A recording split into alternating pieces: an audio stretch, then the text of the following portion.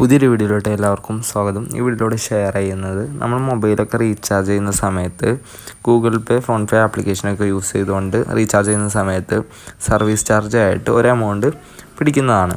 അതേപോലെ പിടിക്കാത്ത നമ്മൾ കോമൺ ആയിട്ട് നമുക്ക് എപ്പോഴും യൂസ് ചെയ്യാനും UPI ഒക്കെ സപ്പോർട്ട് ചെയ്യുന്ന ഒരു ആപ്ലിക്കേഷനാണ് ഞാൻ പരിചയപ്പെടുത്തുന്നത്. ആമസോൺ ആപ്ലിക്കേഷനിൽ തന്നെയുള്ള ആമസോൺ പേയിനെ കുറിച്ചിട്ടാണ് പറഞ്ഞു വരുന്നത്. ആമസോൺ പേ വെച്ച് ചെയ്യുകയാണെന്നുണ്ടെങ്കിൽ നിങ്ങൾക്ക് കമ്മീഷനൊന്നും ഇല്ലാതെ തന്നെ റീചാർജ് കാര്യങ്ങൾ ചെയ്യാൻ പറ്റും. അതേപോലെ തന്നെ UPI ഉപയോഗിക്കുന്നത് പോലെ തന്നെ നിങ്ങൾക്ക് ഇത് യൂസ് ചെയ്യാൻ പറ്റുന്നതാണ്. ഒരു UPI ട്രാൻസ്ഫർ ആപ്ലിക്കേഷനാണ് ആമസോൺ പേ.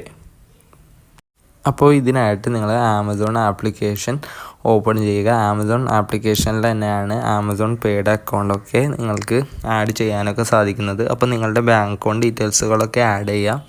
അതിനുശേഷം ഒരു അക്കൗണ്ട് ക്രിയേറ്റ് ചെയ്തതിന് ശേഷം റീചാർജ് ചെയ്യുന്നത് എങ്ങനെയെന്ന് കാണിച്ചു തരാം. ഇതിൽ ഹോമിൽ നിങ്ങൾക്ക് കാണാൻ സാധിക്കും ആമസോൺ പേ എന്ന് പറയുന്ന ഒരു ഭാഗം. അവിടെ ആയിട്ടായിരിക്കും നിങ്ങളുടെ ആമസോൺ പേയുമായി ബന്ധപ്പെട്ടിട്ടുള്ള എല്ലാ കാര്യങ്ങളും വരുന്നത്. ഇൻ്റർഫേസ് നോക്കിക്കഴിഞ്ഞാൽ നിങ്ങൾക്ക് അറിയാൻ പറ്റും. ഗൂഗിൾ പേയും ഫോൺ പേയും ഒക്കെ യൂസ് ചെയ്യുന്നത് പോലെ തന്നെ എല്ലാ ഓപ്ഷനുകളും ഇതിൽ അവൈലബിൾ ആണ്. ഇതിൽ റീചാർജ് ആൻഡ് ബിൽസ് എന്ന് പറയുന്ന ഒരു ഓപ്ഷൻ കാണാൻ സാധിക്കും. അതിൽ ക്ലിക്ക് ചെയ്തുകൊണ്ട് നിങ്ങൾക്ക് പേയ്മെൻറ്റ് ചെയ്യാൻ സാധിക്കും. അതിൽ ക്ലിക്ക് ചെയ്തുകൊണ്ട് റീചാർജ് എന്ന് പറയുന്നതിന് താഴെയായിട്ട് മൊബൈൽ റീചാർജ് എന്ന് പറയുന്ന ഒരു ഓപ്ഷൻ ഉണ്ട്. അതിൽ ക്ലിക്ക് ചെയ്ത് കൊടുക്കുക. അതിനുശേഷം നിങ്ങളുടെ മൊബൈൽ നമ്പർ എൻ്റർ ചെയ്ത് കൊടുക്കാനുള്ള ഒരു ഭാഗമാണ് വന്നിട്ടുള്ളത്. മൊബൈൽ നമ്പർ എൻ്റർ ചെയ്ത് കൊടുക്കുക.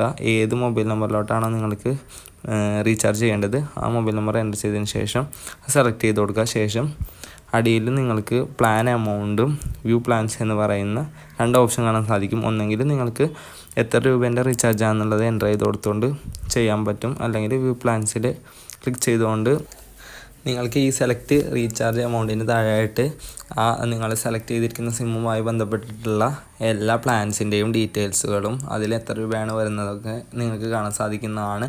നിങ്ങൾക്ക് എമൗണ്ട് സെർച്ച് ചെയ്തെടുക്കാനും സാധിക്കും. ഞാനിപ്പോൾ ഇവിടെ പ്ലാൻ എമൗണ്ട് എൻ്റർ ചെയ്തു. അതിനുശേഷം അതിൻ്റെ ഡീറ്റെയിൽസുകളെല്ലാം കാണാൻ സാധിക്കുന്നതായിരിക്കും. അതിനുശേഷം അത് നമ്മൾ ക്ലിക്ക് ചെയ്ത് കൊടുക്കുക. അതിനുശേഷം പേ നൗ എന്ന് പറയുന്ന ഒരു ഭാഗം കാണാൻ സാധിക്കുന്നതാണ്. അവിടെ ക്ലിക്ക് ചെയ്തതിന് ശേഷം നിങ്ങളുടെ അക്കൗണ്ട് ആഡ് ചെയ്ത് കഴിയുമ്പോൾ നിങ്ങൾക്ക് ഇതേപോലെ ആയിട്ട് അക്കൗണ്ടിൻ്റെ പേര് കാണിക്കുന്നതാണ്. പിന്നെ show more ways to pay എന്ന് പറയുന്ന ഒരു ഓപ്ഷൻ ഉണ്ട്. അത് വെച്ചിട്ട് നിങ്ങൾക്ക് card pay, UPI paid, net banking pay ഒക്കെ നിങ്ങൾക്ക് ഉപയോഗിക്കാൻ പറ്റും.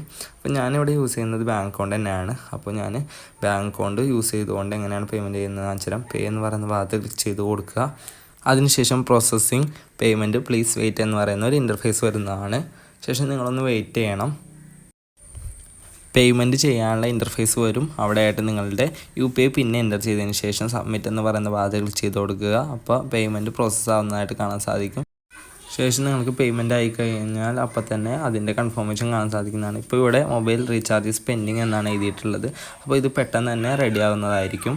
അപ്പോൾ റെഡി ആയി കഴിഞ്ഞാൽ ഉടനെ തന്നെ നമുക്കതിൻ്റെ മെസ്സേജും കാര്യങ്ങളൊക്കെ വരും. ചില സമയത്ത് ഇതിൽ സർവറിൽ ഉണ്ടാകുന്ന ചില പ്രശ്നങ്ങൾ കാരണമാണ് ഇങ്ങനെ കുറച്ച് ടൈം വെയിറ്റ് ചെയ്യേണ്ടി വരിക. അപ്പോൾ ഞാൻ സ്ക്രീൻ റെക്കോർഡ് ഓഫ് ചെയ്തതിന് ശേഷം റീചാർജ് ചെയ്തപ്പോൾ അത് സക്സസ്ഫുൾ ആയിട്ടുണ്ട്. അപ്പോൾ തന്നെ നമുക്ക് കാണാൻ സാധിക്കുന്നതാണ് മൊബൈൽ റീചാർജ് സക്സസ്ഫുൾ എന്ന് എഴുതിയതിന് ശേഷം നമുക്ക് അതിൻ്റെ ഡീറ്റെയിൽസുകളുടെ കാര്യങ്ങൾ കാണാൻ സാധിക്കും. അപ്പോൾ ഈ രീതിയിലാണ് ചെയ്യുന്നത്. അപ്പോൾ വീഡിയോ യൂസ്ഫുൾ ആയിട്ടുണ്ടെന്നുണ്ടെങ്കിൽ തീർച്ചയായിട്ടും ലൈക്ക് ചെയ്യുക, ചാനൽ ഒന്ന് സബ്സ്ക്രൈബ് ചെയ്യുക. Thank you for watching.